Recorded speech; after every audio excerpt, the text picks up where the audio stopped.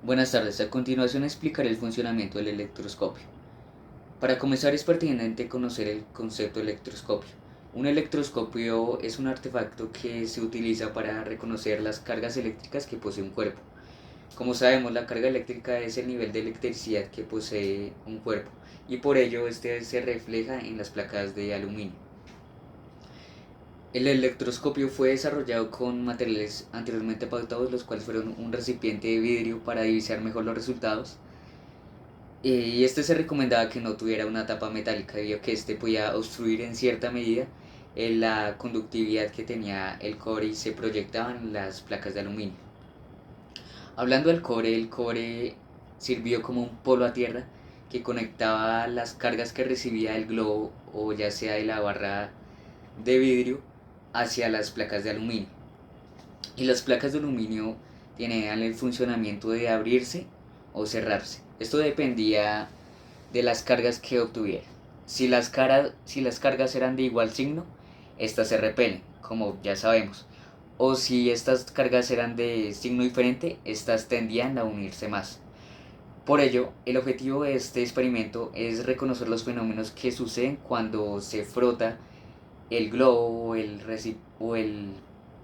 o la barra de vidrio con el cobre y se proyecta en las placas de aluminio. También hay que tener en cuenta ciertos factores, debido a que el aluminio en la parte superior no tenía una función tan marcada, debido a que sin este el electroscopio podía funcionar perfectamente. Por demás que al retirar el globo el, con carga igual, las placas de aluminio volvían a la posición inicial debido a la polarización.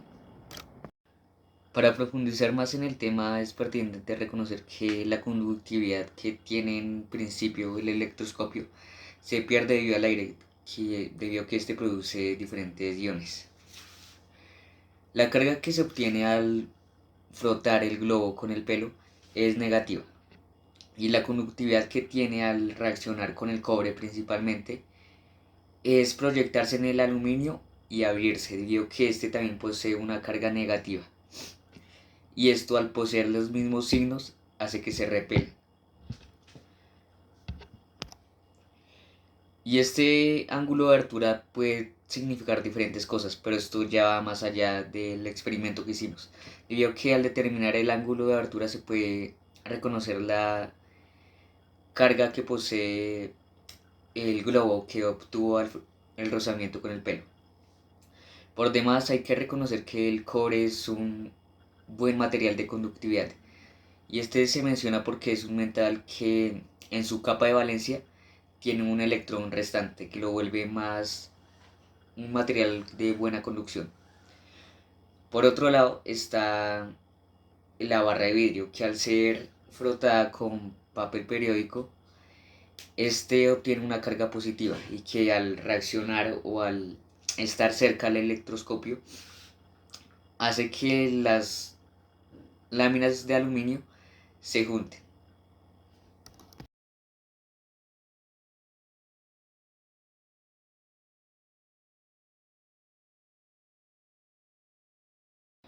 Lo que sucede en el electroscopio es en cierto punto una reacción en cadena, debido a que en principio este posee un equilibrio entre electrones y protones, la carga positiva y la carga negativa.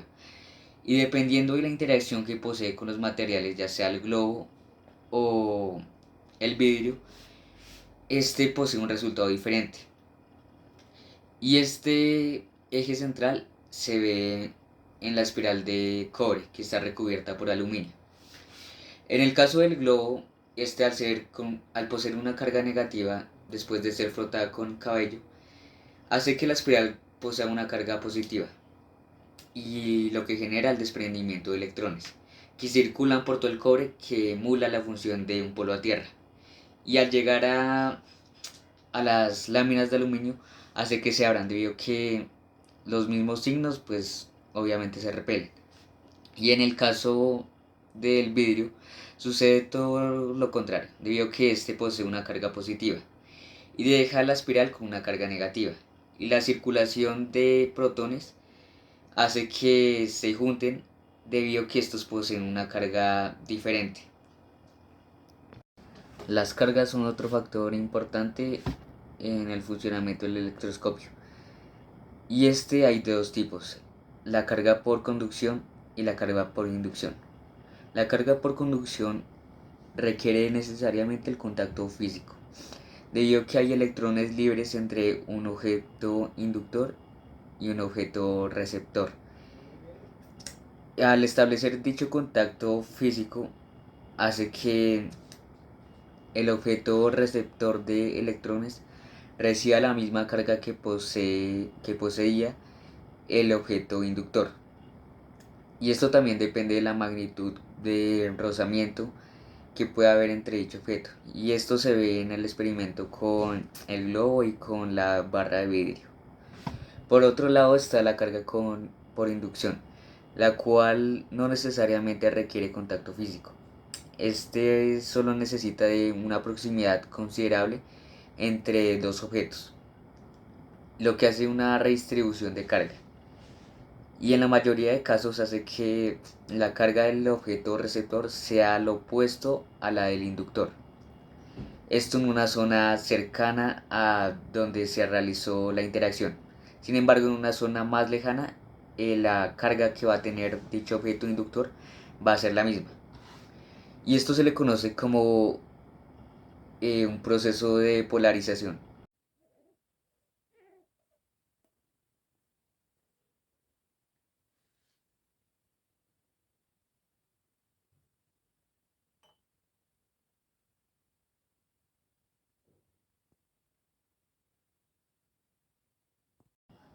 Como ya lo mencioné anteriormente, el movimiento que se genera al interaccionar el electroscopio con el globo es la abertura de las láminas de aluminio.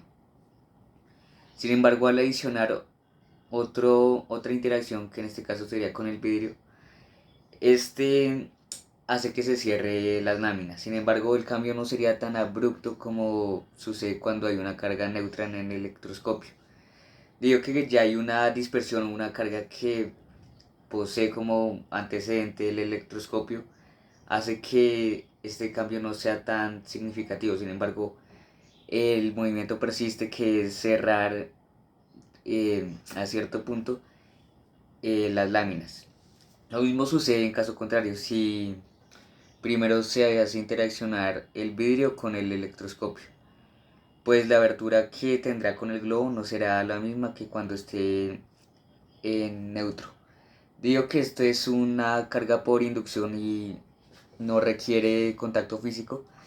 Puede que la circulación de protones o electrones solo se dé en una parte del electroscopio.